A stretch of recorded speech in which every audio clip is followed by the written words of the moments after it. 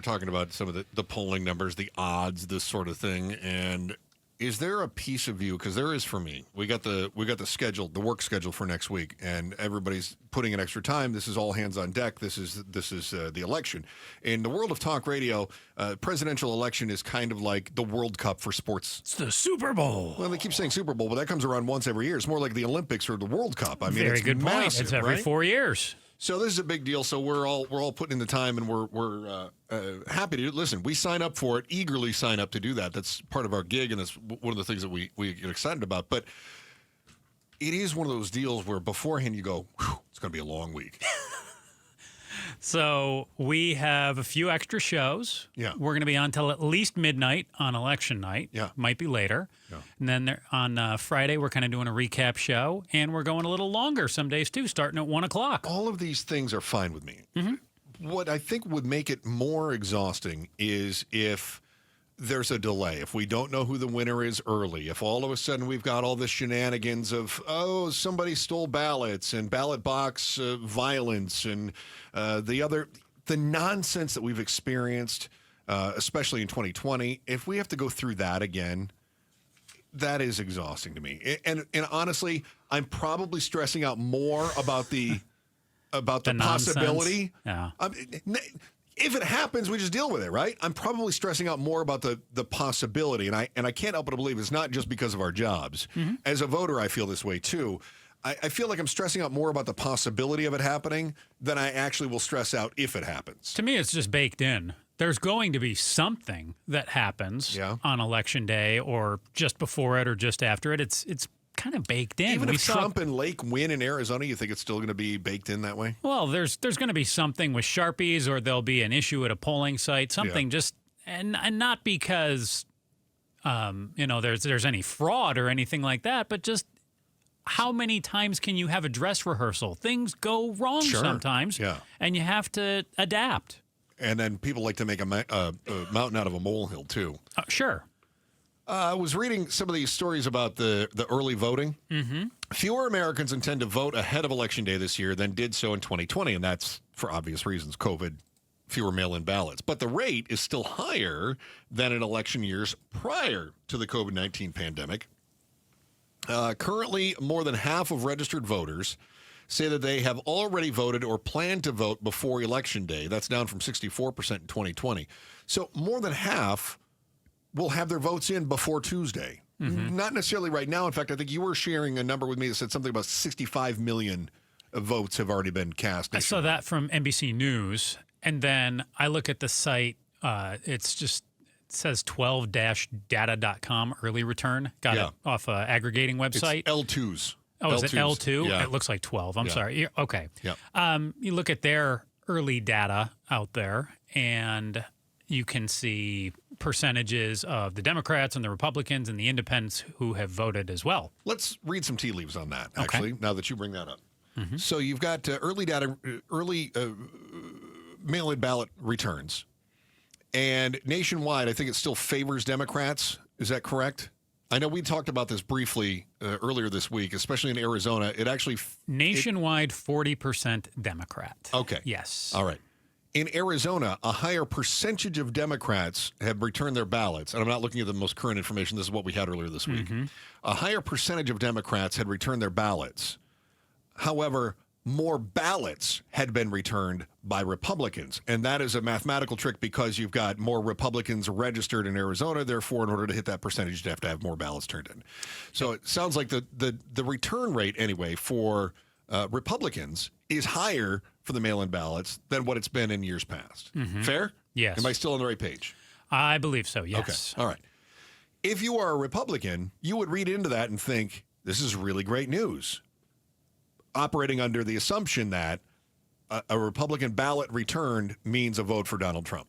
Right. And also, historically, for sure, based on compared to 2020, Democrats typically vote early in larger numbers than Republicans do. Right. So to see Republicans here in Arizona with a larger number than Democrats would make me think, hey, Republicans are turning out for Trump.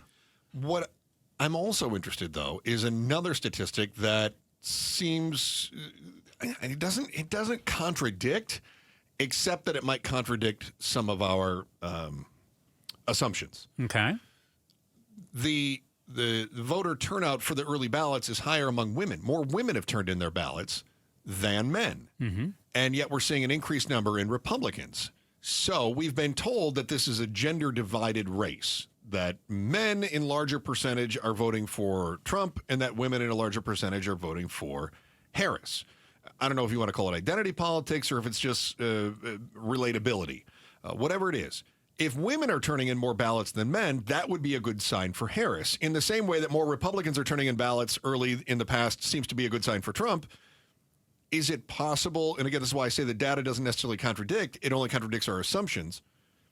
Is it possible that women are not voting for Harris at the same rate as what our pollsters have said in the past, and that the early Republican mail-in ballot turnout is, in fact, very good for Trump? Or vice versa, is it possible that we've got female voters who are not voting for Trump but are registered Republicans that are getting their ballots in? It's all possible. In one way or another, our assumptions are blown, right? Sure, it's the same thing with sports too. Experts look at the odds, they look at all this data, they crunch numbers, and they try to come up with, based on home field advantage and this weather and that weather. Yeah. This is why we have the election. Right, that's the only game that counts, right? Yes. Yeah. Because afterwards, you can look at the data and say, okay, this percentage of females, this percentage of Republicans and Democrats voted. That tells us how we got to here. Yeah. But to try to construct the story ahead of time is very difficult to do. Only after you have the result can you build the backstory to get you there. But we're trying to do it ahead of time. Because everybody wants to know, and the prediction is where the sexiness is. You know, it's funny you mentioned prediction because I was looking at some polls, and I said this stood out to me that all of a sudden we started seeing a bunch of polls coming out about 2 weeks ago that showed that it went from being a dead heat to Trump up by 4 about everywhere you looked. Didn't it have Trump ahead in every swing state, too? Every swing state, right. And I thought, how is it that all of this happened at once? And I think I mentioned this on the air multiple times, You right? did. And it threw up a yellow flag for me. I thought there was no event, there was no catalyst, there was no even Biden with the garbage comment I wouldn't think would shift polls 4 or 5%. But this was before that. Exactly. There wasn't really any event that would have indicated that the polls should be moving that quickly. So, But do they know something that you and I don't know? well, and this is interesting because the New York Times was investigating some of that too, and they said that these polls that all showed victory for Trump stood out amid the hundreds of others indicating a dead heat for the presidential election. Turns out many of these polls were commissioned by a number of right-leaning groups with vested interest in promoting some of the Republican strength, and I thought this was fascinating. The idea may not be to have accuracy in polls. A lot of us doubt the accuracy of the polls anyway, right? All the polls. Right. Sure. That said, what if all of a sudden you make it look like your candidate has got momentum? Whoa. There is a percentage of people, and it's a psychological thing, where you go, I want to vote for the winner. I don't want to vote for the loser. I want to be in the camp of the winner. And it's not even necessarily about I believe in this candidate or that candidate. It's that if this person has momentum and it looks like they're going to win, I want to be in that camp. So it behooves Trump or Harris to make it look like they've got energy going into the final push here, right? Okay. Sure. Now we saw that play out locally here as well. There was a poll that I pointed out to you from I'll call him a local pollster who used to work in conjunction with Carrie Lake's camp. Yeah. And his poll had Carrie Lake up, I believe, like 0.8%, less than 1 percentage point. And that was in the last couple days. Huh. Now, how have the polls looked the last several months leading up to election day? Guy go by 7. Roughly, yeah. Yeah. Anywhere from like 5 to 10, 15 percentage points. Getting closer. Yeah. But no poll have we seen other than Carrie Lake says her internal polls have her up. Yeah.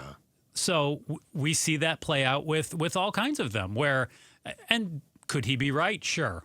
With polls, who knows? So I want to tie those two concepts together here. You talked about the sports and the betting markets. And I know there's betting markets for this. In fact, you brought it up before too, and you've kind of used that as a leading indicator. I like the betting odds more than the polls when I look at them. But the polls, if you have enough influx of data that is skewed, perhaps intentionally, it can make the polls look like there's momentum in one direction. When it comes to betting, boy, if I drop a lot of money on the Jets, I can probably make that line look pretty good, and the Texans all of a sudden become the underdog. The underdog. Vegas starts to kind of shift the line a little bit. I wonder if that's happening here. Good news. We have somebody who's taken a very good, hard look at those numbers. They're going to help us explain our why today. Why should you be trusting the betting market more than the polls? That's next on the Chris and Joe Show, KTAR News. But first, here's Becky Lynn with the day's top story right now. KTAR News Flash. It's 2:16. I'm Becky Lynn, and here's what you need to know right now. Arizona votes. But she's a stupid person. That is Donald Trump speaking in Glendale last night about former Wyoming Representative Liz Cheney. After accusing her of being a war hawk, Trump questioned how she would handle 9 barrels shooting at her and guns trained on her face. That comment prompted a response from Kamala Harris. Anyone who wants to be president of the United States who uses that kind of violent rhetoric is clearly disqualified and unqualified to be president. The Arizona Attorney General's office confirmed to KTAR they're looking into the comments and determining if they violated Arizona law related to death threats. All of our top stories are just 15 minutes away. For more news, go to KTAR.com or the KTAR News app. 83 should be our high today and 81 tomorrow, but then we'll drop off into the low 70s with a little chance of rain by Sunday. 82 in Maricopa. Weather brought to you by Howard Air. Bruce here, and it's amazing how far we've come with marijuana. I mean, from illegal to medicinal to legal to home delivery of the weed. Today at 4 on Outspoken with Bruce and Gatos. A Chris and Joe Show, KTAR News, on air, online, on the KTAR News app. Shout out to our friends in Glendale. Appreciate you listening to KTAR in Glendale. The question we asked you, why should people be trusting the betting market more than the polls? And what people don't know, perhaps, is that Joe is a bit of a hobby. It's not even that you're a gambler or a wager kind of guy here. And that's not what I'm trying to pick. I don't spend big money on it. But you're really fascinated by the process, and you listen. You listen to a ton of experts on this. You read a bunch of books. In fact, you were just telling me about a book that you were reading here recently about kind of how it's done behind the scenes. And Joe, help me understand. You were trying to explain to me off air, and let's bring that conversation on air. Let me out you. You were telling me there's a difference between sharps and squares, and you said I'm a square. So am I. I've been called a square in my life. But I don't think it's the same thing in the context that you're discussing. What's the difference when it comes to betting between a sharp and a square? So a sharp is somebody who has informed knowledge or is a winning bettor. So they either have inside information or they have a really deluxe model that seems to give them winning results. A square is not necessarily a loser, but it's just the general public. So you and I would be considered squares. But also when I make bets, a lot of times I listen to what the sharps say because they have podcasts, books, things like that you can gobble up. So then I might bet the same way that they bet. So what if I have a lot of money? Am I a sharp all of a sudden? Have you heard the term in Vegas for a whale? Yeah. So a whale is also a square, just with a lot of money. Okay. So no, just because you have a lot of money, you still can be a square. All right. Having a lot of money does not make you a sharp. All right. Those sharps more likely to be winners than squares. Okay. So that said, you said that the you like the betting odds as a predictor better than you like the polling. But just happened across something that Nate Cohn had written. In fact, phooey, I think I just closed it out here. But Nate Cohn was talking. He's a pollster with the New York Times. And Cohn said something about the pollsters are actually afraid to screw this up. Basically, they're terrified of being wrong again. So if they have a poll that comes out that says Harris is up by 7, they kind of throw that out. His word is, if they underestimate Trump a third straight time, how can their polls ever be trusted again? For many pollsters, it's all about the business and even their livelihoods. They don't want to lose their job. They don't want to see their whole business collapse if they get things wrong. The 2016 and 2020 polling misfire shattered many pollsters' confidence in their own methods and data. When their results come in very blue, they don't believe it. Frankly, I share that same feeling, says Cohn. If our final Pennsylvania poll comes in at Harris +7, why would I believe that? As a result, pollsters are more willing to take steps to produce more Republican-leaning results, which could actually lead to an overcorrection. Right. If their polling methodology, which they updated, is now all of a sudden correct. Yeah, if you have to update your poll just because you don't trust the results of your poll, how much can you trust the correction? That's exactly what the catch-22 is on Yeah. that. Okay. So what are the betting odds saying right now then? The betting odds have former President Trump with a 62% chance of winning, roughly. If you look at all the markets, it's roughly 60-40 in favor of former President Trump. If you're a Trump supporter, that's a lock then, right? I mean, that feels really good. You have a lot of confidence. 3-2, you feel better about that? Sure. Yeah. And I looked at some data this morning that I was like, that is peculiar, because if you look at battleground polling, Trump is only up 1%. 49% to 48%.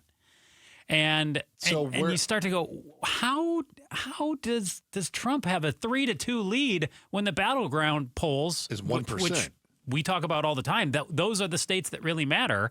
The difference there is only 1%. So what is going on here? Is the thinking that you've got that he's got a slight edge in the battleground states that are worth the most electoral college votes? He does have a slight lead in Pennsylvania, which, as you and I have discussed, is the biggest one out there. Depending the on the biggest poll, prize. the Marist poll just came out today and showed her with a 1% lead. So let's call it neck and neck. So, but North Carolina and Georgia are two major prizes too, and he's ahead in both of those. Yep. Okay. So he was up there.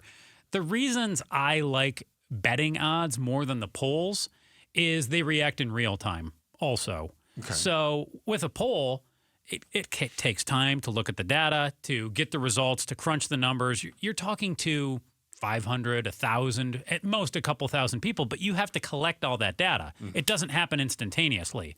The betting markets, when something happens, it moves instantaneously. The data comes to them. Okay. Also, you're putting your money on the line, which to me is more than just me calling you up and saying, hey, who you voting for? Chris? Yeah. Who'd you vote for? Who you voting for? Okay, so in this case, the pollsters have their entire careers and money on the line too. But in what you're saying is that when it comes to the betting models, it's the actual person who's taking the survey, roughly, right?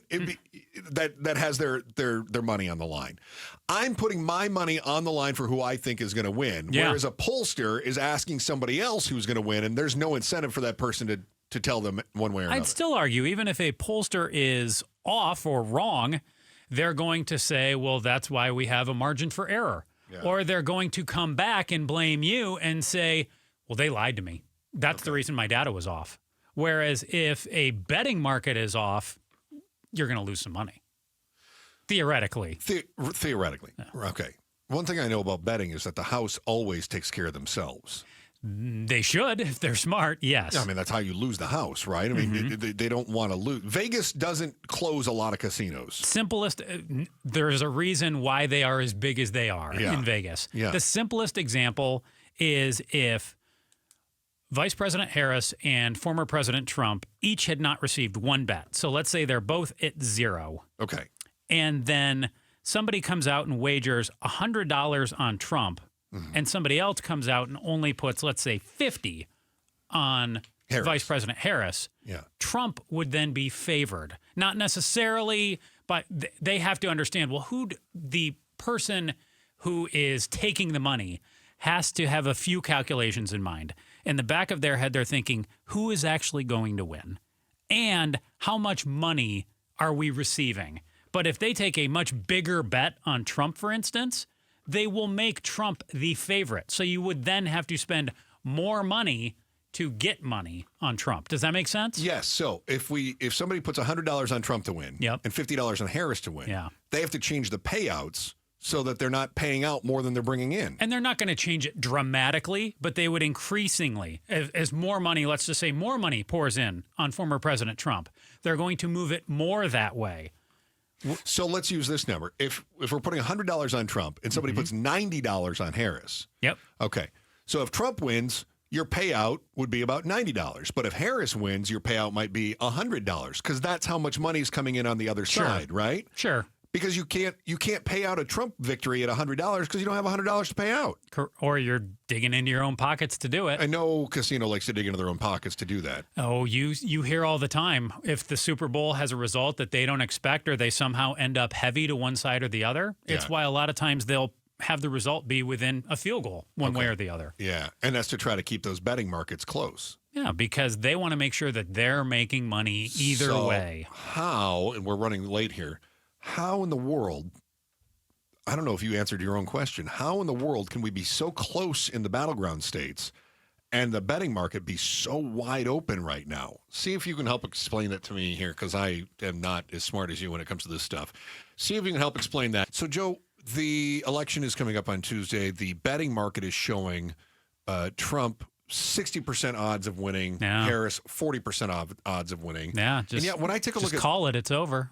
Well, it's funny you say that because I look at polling, and polling numbers are still showing within margin of error. This race is neck and neck. Yeah. And also in 2016, the same betting markets right before the election had Clinton at 63% and Trump at 37%. Everybody got 2016 wrong for the most part, though. So how did the sharps, as you called it, the sharps are the bettors that have not only big bucks, but they also have modeling, insider knowledge. They're advanced bettors, basically, advanced wagers, professionals. Yeah. Okay.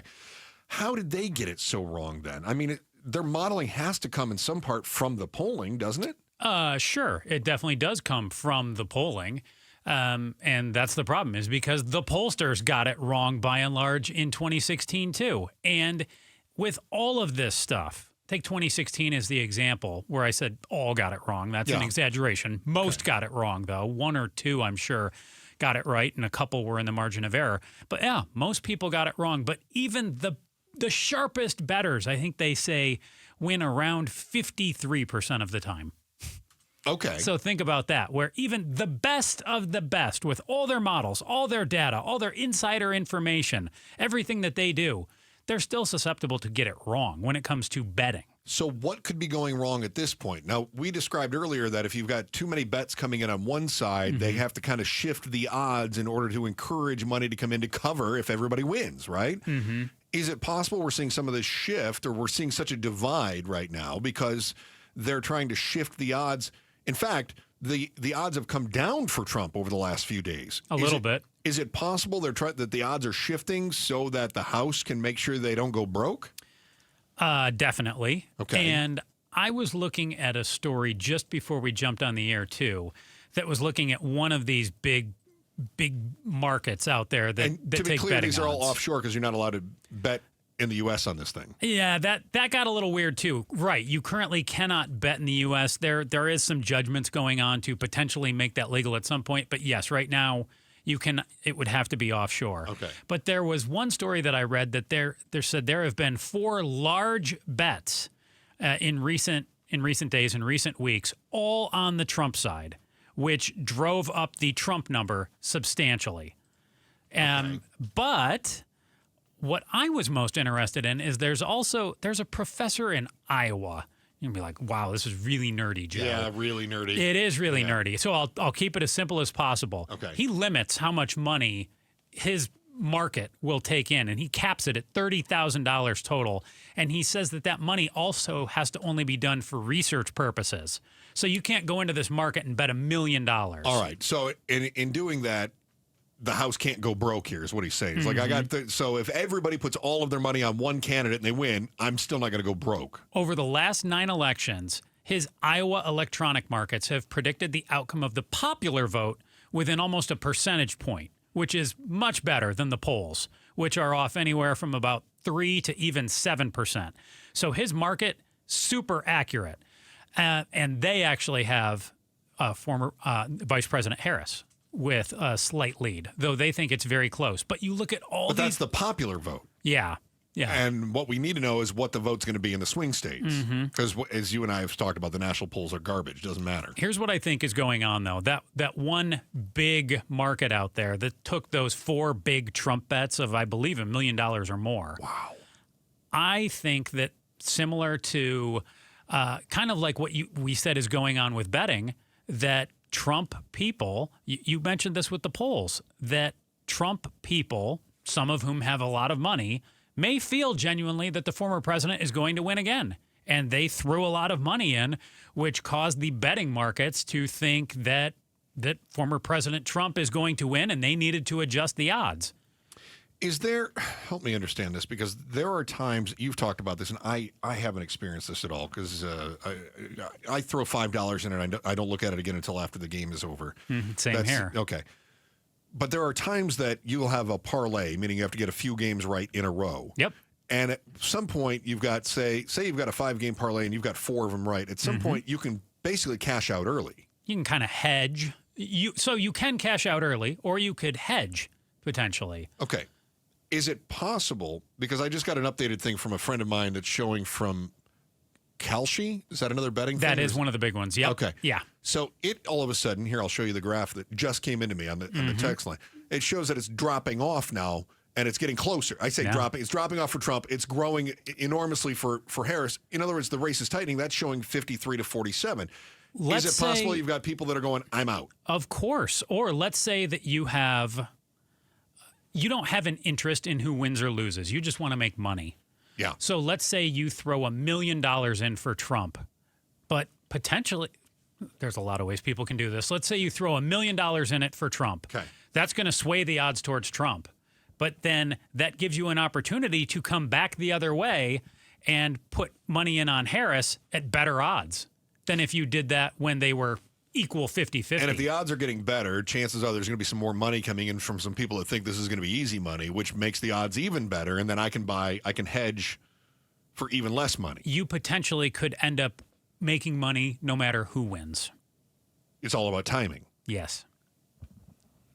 So if the odds go up too much for one person or the other, it naturally comes back together because people are trying to cover their own butts. They go, I'm just going to make money. Or they're not in it to make $1 million.